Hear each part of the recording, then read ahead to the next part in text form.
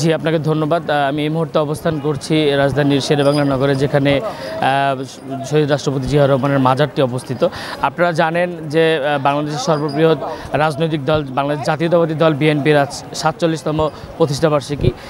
সকাল থেকেই কেন্দ্রীয় নেতাকর্মীরা এখানে শুভেচ্ছা জানাতে আসছেন, পাশাপাশি শহীদ রাষ্ট্রপতি জিয়াউর রহমানের যে এখানে কবরটি রয়েছে সেটা জিয়ারত করতে এসেছেন।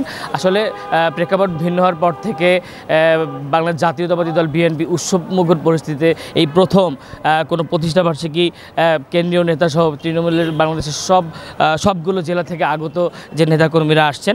আমি যদি আমার সহকর্মীর মাধ্যমে বর্তমানে যে জিয়াউর রহমানের যে সমাধিটা রয়েছে সেটা যদি একটু সরাসরি দেখানোর চেষ্টা করি। এখানে মূলত সারা বাংলাদেশ থেকে যত নেতাকর্মীরা আসছেন তারা দলে দলে যোগ হয়ে ফুল নিয়ে এখানে সমাধিতে ফুল দিতে আসছেন। আমি তাদের সাথে কথা বলেছি, তারা আমাকে জানিয়েছেন যে প্রেক্ষাপট ভিন্ন হওয়ার পর থেকেই যেন একটা উৎসবের আমেজ বইছে এখানে।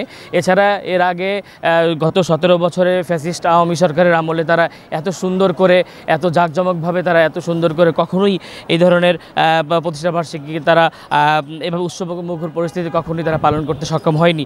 তো এখন পর্যন্ত আমি যেহেতু এখন মেইন ফটকে দাঁড়িয়ে আছি, আমি দেখছি একটু পরপর বিভিন্ন নেতাকর্মীরা ফুল নিয়ে শহীদ রাষ্ট্রপতি জিয়াউর রহমানের সমাধিতে ফুল দিতে আসছেন।